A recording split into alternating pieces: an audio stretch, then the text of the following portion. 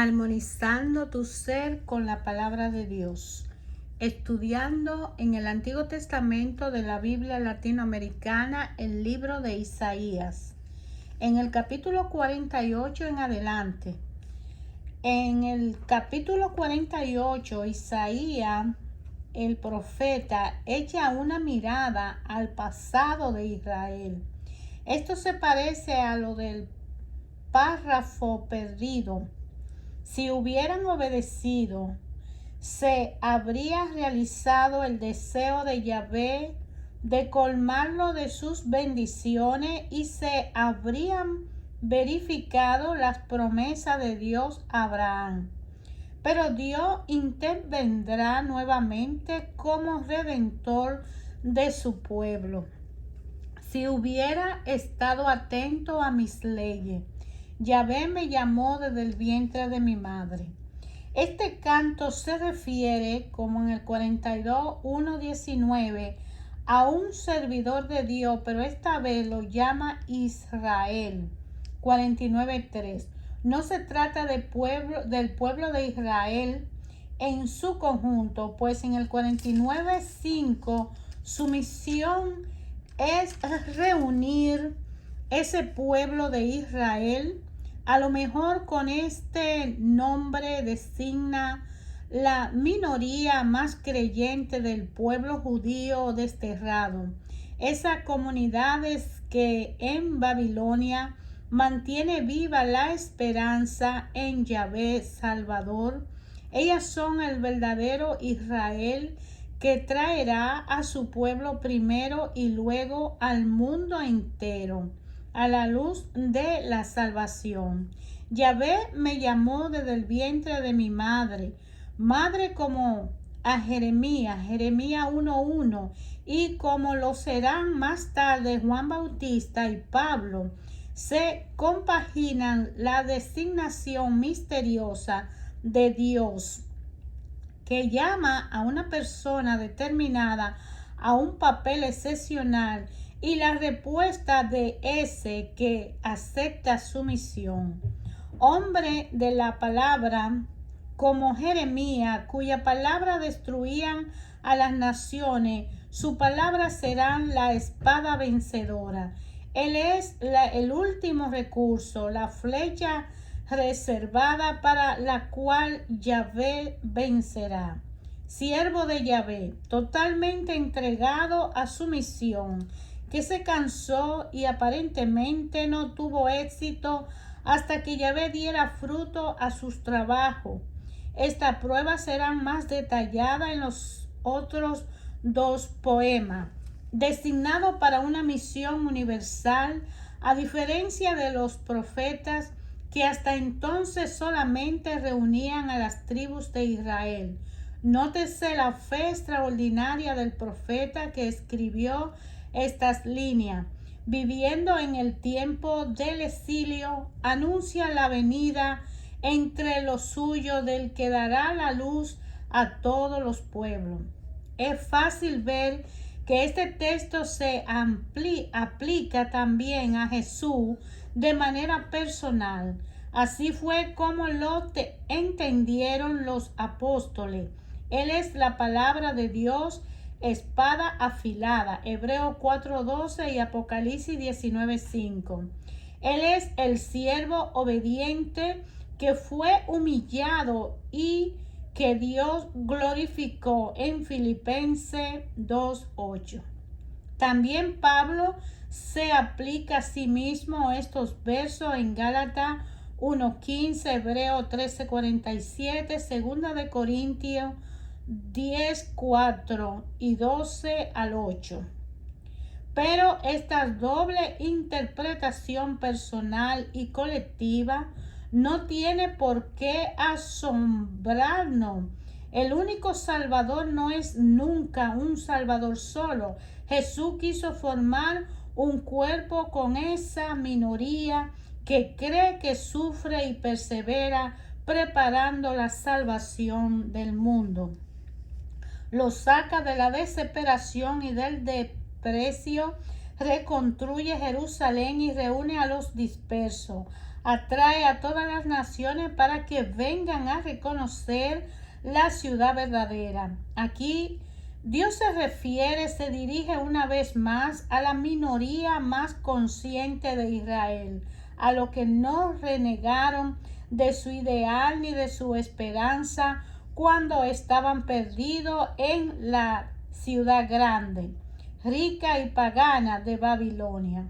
Ellos levantarán a su pueblo, serán la luz del mundo. Estas promesas empezaron a cumplirse cuando los judíos, de vuelta a su tierra, se hicieron los misioneros del Dios único en todos los países del mundo griego y sirio. Luego iban a tomar un significado nuevo para la iglesia que Cristo fundó como una nueva Jerusalén. Esta parece a veces muy decaída y sin vida, y también ocurre que desaparece en tal o cual lugar del mundo. Dios, sin embargo, le reserva nuevos hijos que vendrán de otros continentes. Nos invita a mirar más allá de nuestras comunidades hacia lo que todavía no han recibido el anuncio del reino de Dios. En el capítulo 50 del libro de Isaías habla de que Yahvé me ha abierto los oídos, y el 51, Dios salvará a los hijos de Abraham. De aquí habla el profeta de sí mismo y de otro. Hechos 8:34, pues el servidor puede ser como en el 49:1 la minoría fiel, o cual el profeta mismo, o quién sabe, el profeta que vendrá. El autor se niega a elegir entre él o los servidores. Las mismas oposiciones le habían tocado a los anteriores profetas. Moisés había tenido que soportar a un pueblo rebelde. Jeremías había sido perseguido, encarcelado. Vea esto en Jeremías 27 y 37. A partir de esos ejemplos se dibuja la figura y la misión del perfecto servidor de Yahvé. Este será Jesús, pero cada uno de sus profetas puede retomar todas estas palabras para sí. Se notará el comienzo del poema. El siervo podrá transmitir la palabra y animar de parte de Dios, porque él mismo escucha cada mañana y tiene el oído abierto para sostener al que está cansado. Hay que ser enseñado por Dios. El profeta verdadero es hombre de oración y dócil al Espíritu de Dios. Nadie conoce los secretos de Dios sino su Espíritu, y nosotros hemos recibido este Espíritu para conocer lo que viene de Dios. Primera de Corintios 2:11. En el capítulo 51 habla de despiértate, Yahvé. Este poema es un doble llamado a Yahvé y a Jerusalén para que despierten. Se llama a Yahvé como un héroe dormido y a Jerusalén como una mujer humillada y desanimada. Se llama a los dos al mismo tiempo porque la resurrección de Jerusalén se hará en una acción común. Yahvé es el que indica el momento, que prepara las condiciones históricas para que sea factible y que pone la esperanza en el corazón de los hombres. Los hijos de Jerusalén tienen que desear primeramente su propia liberación y luego ir a reconstruir.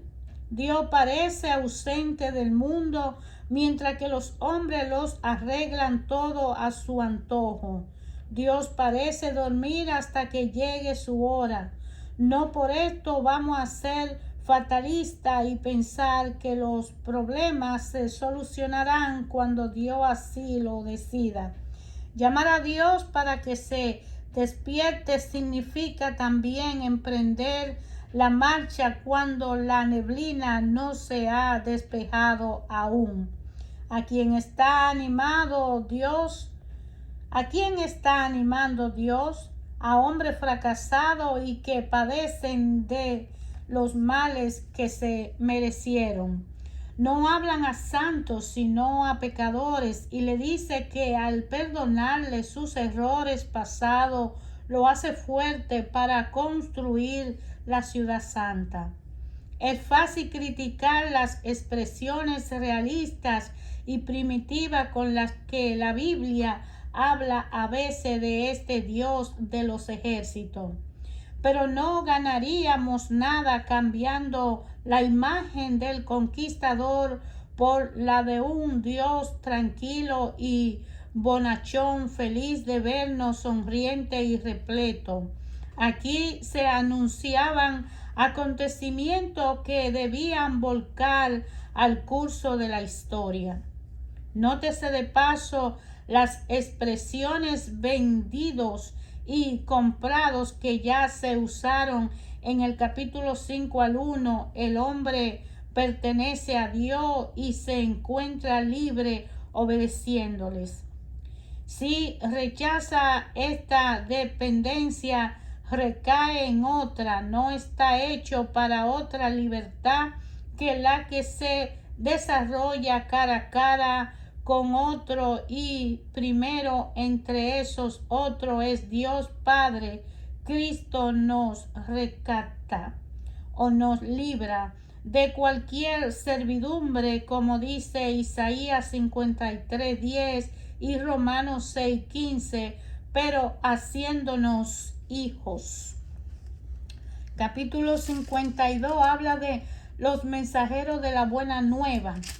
El capítulo 53 habla de él soportó el castigo que no trae paz. Mi servidor será exaltado.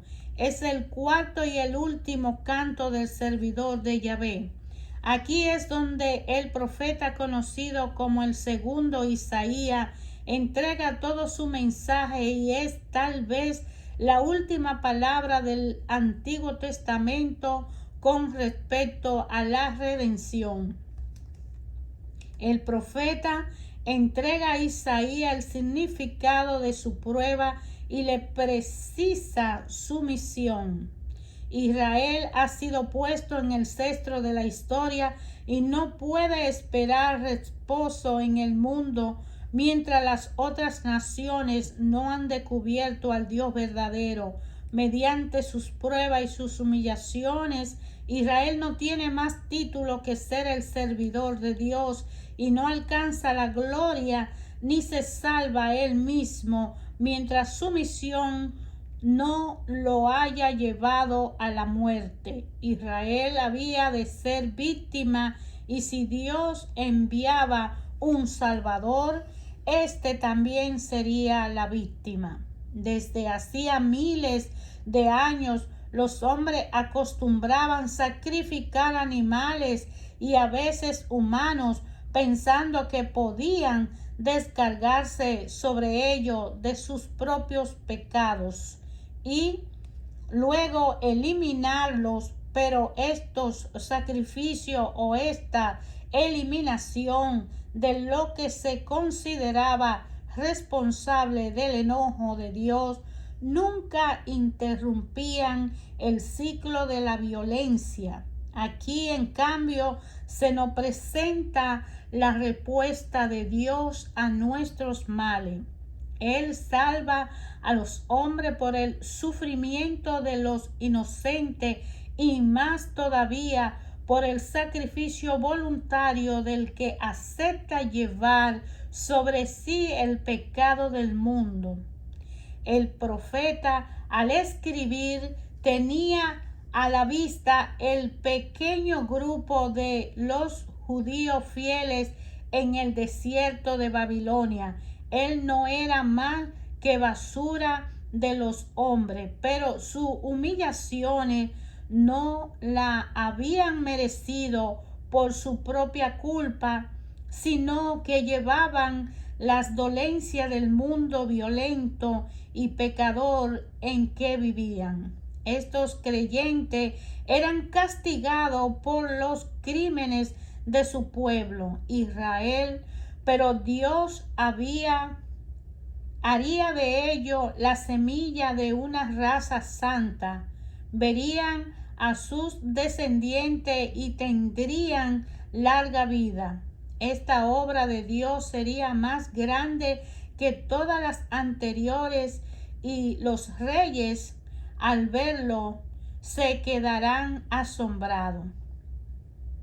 Este canto es para asombrarnos. El profeta que escribía 5 siglos antes de Cristo se refería aparentemente a la humillación del pueblo de Dios, que en su tiempo como en el nuestro es instrumento de la salvación, pero su poema trazaba de antemano la figura del Dios hecho hombre, que se rebajó a sí mismo hasta la muerte de la cruz, y los apóstoles, al presentar a Jesús como el Salvador, se refirieron varias veces al presente texto de Hechos 8:32 y Primera de Pedro 2:24.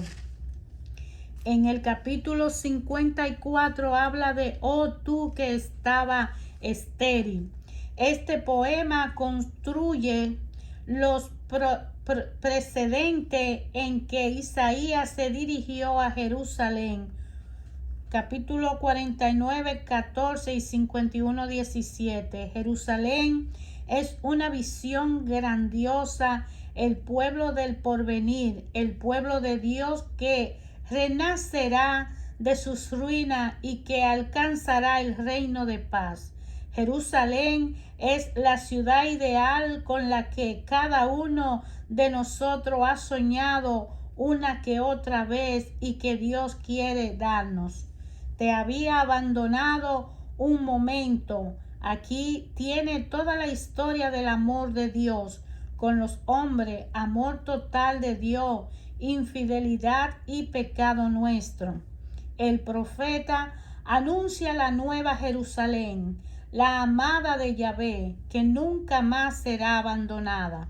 Sabemos que la iglesia es, en cierto sentido, ese nuevo pueblo de Dios, unido a Él por una alianza eterna, pero sigue siendo un pueblo de Dios muy infiel, comunidades rutinarias que se mantienen más bien, que viven instituciones en que se busca en vano el Espíritu de Jesús, responsable de la iglesia, que quiere ordenarla a imagen y semejanza suya. La nueva Jerusalén ya está, pero también es verdad decir que seguimos buscándola. Grita de júbilo, oh tú que estaba estéril. El pueblo judío se vino abajo a consecuencia de sus errores y ya no tiene porvenir, según los criterios humanos, pero esto le conviene a Dios, que quiere inclinarse hacia él, pues ya no será más aquel a quien se pide favores, sino aquel que se da a sí mismo. Tendrá como esposo a su Creador. Todos tus hijos serán instruidos por Yahvé. Es el mismo anuncio de una nueva alianza que había proclamado Jeremías. La fe tendría siempre que apoyarse en la palabra de Dios y guiarse por sus mandamientos, pero lo esencial de la unción con Dios será una comunicación de espíritu a espíritu, una comunión que nos sumerge en la verdad única. Hay allí un tipo de conocimiento que no enseña ninguna verdad en particular, pero que nos permite apreciar, juzgar y ordenar todas las verdades fragmentadas. Es un instinto de Dios. Ese instinto de Dios nos hace descubrir en profundidad a la persona de Cristo a través de los testimonios siempre demasiado breves de nuestra escritura, y a partir de Él nos da los secretos de la Biblia. Juan 6:45. Meditando estos poemas es como entendemos mejor la virginidad que Dios hace fecunda. No solamente nació Jesús de su madre virgen, sino que su nacimiento vino a concluir la espera de Jerusalén, novia de Dios. En el capítulo 55 habla de que vengan a tomar agua. Este último capítulo concluye con un llamado a la esperanza. ¿No están cansados de todas las felicidades que pensaron adquirir sin esfuerzo en el lugar del desierto? Dios es quien da y siempre da primero. Solamente espera que le abramos la puerta. Jesús ofrecerá el reposo. Vea esto en Mateo 11:28. Ofrecerá el pan de vida. Juan 6. Se dará a sí mismo como el amigo. Apocalipsis 3:20. Una misión universal espera a Israel en su país después de volver. Déjense vencer por el amor de Yahvé, que le está preparando mucho más de lo que podía pensar. Pablo hablará el mismo lenguaje en su carta a los Romanos 5, 1, 11, 10, 11. La palabra de Dios aparece aquí como una fuerza, incluso una persona. Ya es mucho más que palabras proferidas por los profetas.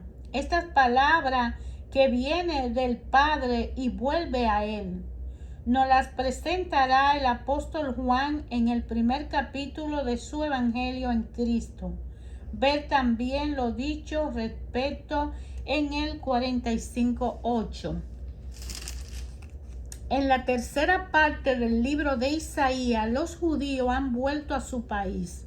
No se produjeron los milagros anunciados en los capítulos 40-55 del presente libro. Una comunidad pobre trata de organizarse y solucionar los problemas de toda clase, ya que durante los 70 años del destierro otros han ocupado el lugar. Un profeta del que no conocemos el nombre presencia estos comienzos. Anuncia que Dios viene para vengarse de sus enemigos, tanto del interior, lo que pertenecen a la comunidad y no quieren apartarse de sus pecados, como de lo del exterior. Dios viene más que todo para salvar a los que vuelven a Él. Y no solamente a los de la comunidad, sino también a los extranjeros. El profeta continúa a su manera la descripción entusiasta de Sión, Jerusalén, y de su Mesías. Ella es la amada de Dios y pronto se celebrará la boda. Él vendrá con el espíritu de Yahvé para entregar su evangelio a los pobres. Los poemas de este profeta forman los capítulos 56 y 66 del libro de Isaías, con una disposición simétrica que deja al centro el anuncio de la Sión nueva. El pueblo de Dios está abierto a todo. Reproche, advertencia y promesa, confesión de los pecados, la venganza de Dios, la nueva Jerusalén, el Espíritu de Yahvé está sobre mí. Dios llama a todo. La ley judía atenta a condenaciones propias de su tiempo, excluía de las asambleas religiosas tanto a los extranjeros en determinadas condiciones como los eunucos, es decir, a los hombres castrados. El profeta manifiesta que dicha exclusión de ninguna manera pueden valer para Dios. Son poemas contra los jefes de Judá y contra la idolatría, muy parecido a los de Jeremías. El ayuno que agrada a Dios, en el capítulo 58. Ayunamos y tú no lo ves. La gente de Judá ayuna para que Dios escuche su súplica. Tal vez son oraciones públicas para pedir la lluvia. Según dicen, me andan buscando y se esfuerzan por conocer mis caminos. A pesar de que tienen la conciencia tranquila, sienten inquietud frente al silencio de Dios. Quizá tendrían algún pecado que cometieron sin saber. Tal vez a Dios le guste ver al hombre humillado pedirle sus favores. Por eso se recuestan sobre saco y ceniza y se parecen a muchos cristianos que se conforman con ser prácticamente sin ver que la práctica que Dios pide es dar la paz a todo su pueblo. ¿Acaso se trata nada más que de doblar las cabezas? Dios no quiere la muerte del pecador, ni la humillación de su criatura. Dios ama a los hombres, pero lo ama a todos, y no solamente a los pequeños propietarios de Judá, temerosos por sus cosechas. También quiere a los obreros y esclavos de estos pequeños propietarios. Las exigencias de Dios son claras: desatar las cadenas y compartir con los demás. Desatar las cadenas del yugo.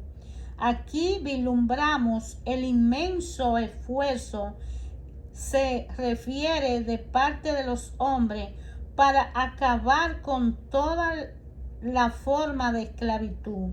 Desde los pequeños privilegios que los compañeros de trabajo defienden unos contra otros, hasta las leyes que mantienen marginada a la clase entera.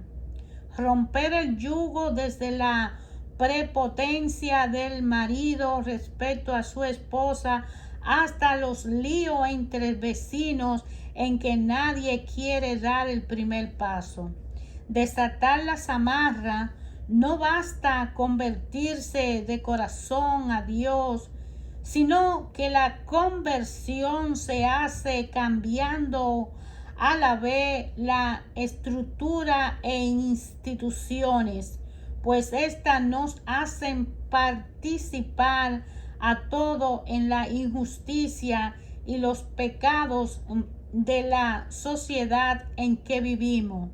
Un sinnúmero de pecados, corrupción, prostitución, violencia, se deben a la situación de colonización y de dependencia económica de Latinoamérica, como los recordaron los obispos reunidos en Puebla. Compartirá tu pan con el hambriento, y esto a escala mundial, pues el hombre es uno, el único Adán, del cual Cristo es la cabeza. Tu luz surgirá como la aurora. Vemos como los responsables de las naciones se reúnen y discuten y estudian para solucionar los problemas urgentes de la humanidad, pero no surge la luz. Es sabido que la búsqueda de un investigador no lo lleva derecho a lo grande descubrimiento, sino que muchas veces encuentra de repente la solución ahí donde no la esperaba.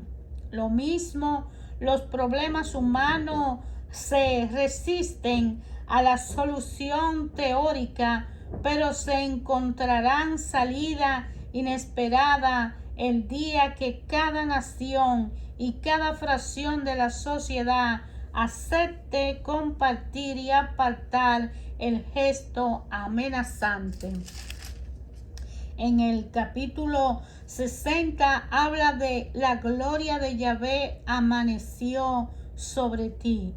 El profeta mira a la Jerusalén humilde que apenas renace de su ruina. Esta de repente se transfigura con la luz de la futura Jerusalén llena de la riqueza de Yahvé, que será su propia esposa. Allí se realizan todas las aspiraciones de una humanidad purificada y reunida a la luz de Dios. Allí la humanidad tendrá plenamente lo que anhelaba. Jerusalén levanta la cabeza, contempla el inmenso gentío de los que construyen y de los que buscan. En los laboratorios y en los estudios, en los desiertos y en las fábricas, en el enorme crisol social. ¿Ves todos esos hombres que se afanan? Pues bien, todo lo que en ellos bulle de arte, de ciencia y de pensamiento, todo esto es para ti. Vamos, abre tus brazos y tu corazón y acoge como a tu ser. Jesús, la oleada, la inundación de la savia humana. Recibe esa savia porque sin su bautismo te marchitará sin anhelo como una flor sin agua, y sálvala porque si tu sol se desparramará locamente en ramas estériles. En el capítulo 61 el Espíritu de Dios está sobre mí.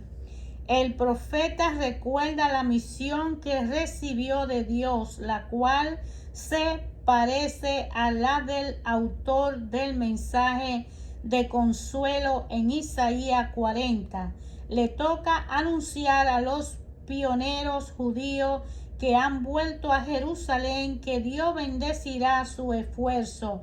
Las ruinas se reconstruirán, sus hermanos volverán más numerosos de los países extranjeros. Los que dudan o que están desanimados deben perseverar, porque pronto llegará Dios a visitar a su pueblo. Jesús, hablando en la sinagoga de Nazaret, leyó este texto y dijo: esto se está cumpliendo hoy. Lucas 4:16.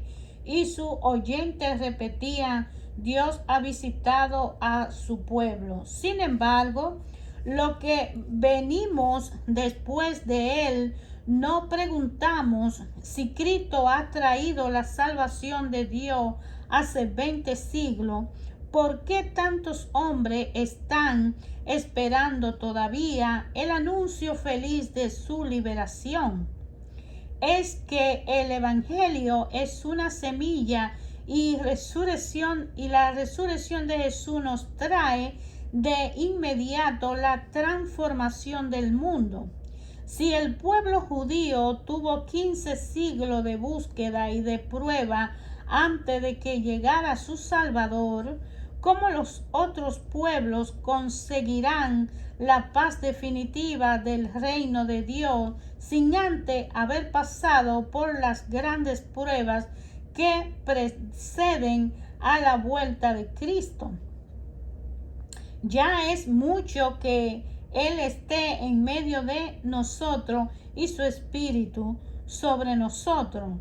Sanar, consolar, perfume y corona. La venida de Dios hace brotar en nosotros la fuente de la felicidad, la que nada tiene que ver con el miedo o el hastío, tan frecuente en el corazón de las prácticas religiosas.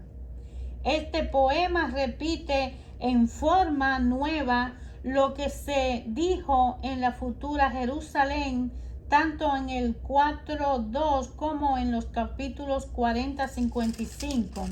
Jerusalén, ciudad definitiva de los hijos de Dios, desposada de Yahvé, colmada de sus riquezas, que hace las delicias de su Dios. ¿Por qué nos recuerda Dios tantas veces esas maravillas que no se concretan todavía?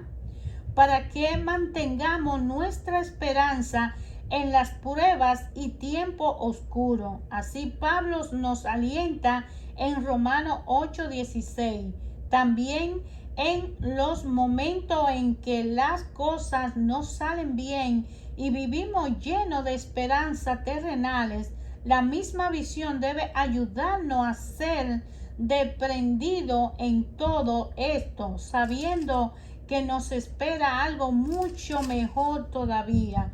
Por otra parte, la Jerusalén celestial ya está presente. El que ha entrado en la comunidad cristiana ya tiene los favores prometidos a David, de lo que recién hablamos en el capítulo 55:3. Estos son los dones del Espíritu Santo. ¿Por qué es rojo tu vestido? El pueblo vecino de Edom había aprovechado la ruina de Jerusalén para unirse a sus destructores y practicar el saqueo. Por eso bastaba con mencionarlo para despertar el deseo de venganza de los judíos. Los profetas sí deseaban la destrucción de una nación en la que solamente se veía el pecado y que no tenía ninguna misión en los planes de Dios. En este poema se imagina a Dios contando su victoria sobre los pueblos paganos. Los creyentes que leyeron este poema después de Cristo lo entendieron en otro sentido figurado, ese en la persona del héroe que rescata a su pueblo. Veían a Cristo ensangrentado por su propia sangre. Apocalipsis 19:13. Esta es la verdadera victoria de Dios y su manera de restablecer la justicia. En el capítulo 65 habla de la respuesta de Dios y la separación final de buenos y malos, el verdadero culto a Dios. En el capítulo 66, nacimiento de la Nueva Jerusalén, los paganos entran al reino. En el 66 dice que el anuncio del día en que Yahvé vencerá a las naciones paganas reunidas contra él, y después la salvará reuniéndola en su nuevo pueblo. Pocos pasajes de la Biblia expresan una visión tan universal de la salvación dada por Dios a toda la familia de la tierra. Así se había prometido a Abraham, pero se había oscurecido de tal modo con los rencores y los odios entre los pueblos, ciudades y religiones que casi no se le había prestado atención. Cuidado con la expresión vengo a reunir. Ya vimos en Isaías 6:9 cómo los judíos hablaban de Dios por estar convencido que Él lo dirige todo. Cuando alguien emprendía algo, decían que Dios lo había movido a emprender, y cuando alguien hacía algún mal, que Dios después aprovecharía para sus propios planes. Decían que Dios lo había impulsado. Aquí vengo a reunir significa ellos se van a reunir, pero yo aprovecharé para realizar mi salvación. Las naciones se reúnen contra Jerusalén como en tiempo de Senaquerí, vea Isaías 31, 4, 9, y son vencidas en forma prodigiosa, pero esta vez los sobrevivientes, testigos del milagro, darán a conocer al verdadero Dios por toda parte. Serán admitidos en el pueblo de Dios y compartirán los privilegios de los judíos. De ellos tomaré para sacerdotes y levitas. El poema concluye con la visión de un mundo definitivamente juzgado por Yahvé. Dentro de la ciudad, los que se han consagrado a su servicio y lo vienen a adorar en su templo. Fuera, los cadáveres de los que fueron exterminados permanecerán siempre como signo de la justicia invencible de Dios. Qué visión más tremenda. Pero sería demasiado simplista decidir que esta visión son propia de un templo al que todavía le faltaba mucho que descubrir de Dios, y que su boda, y también de la complejidad de la realidad humana. El juicio de Dios es una realidad, a pesar de que no queda muy misterioso, y Jesús alude a este texto en Marcos 9:48. Hermanos, te invito a leer la palabra de Dios y hacerla tuya y personal, de la mano de Jesús, aceptándolo como tu Señor y Salvador, y con la unción del Espíritu Santo que te dé la capacidad de conectar con el Padre. Leer la palabra de Dios es enriquecer tu vida y cumplir las leyes y las normas de acuerdo a las acciones en el interior y el exterior como un individuo nuevo. Solo Dios y solo Jesús, que es el camino, la verdad y la vida, pueden venir a nuestra vida para hacer un cambio total. De manera que leer la palabra de Dios, hacerla tuya personal, es enriquecer tu vida y la de los demás.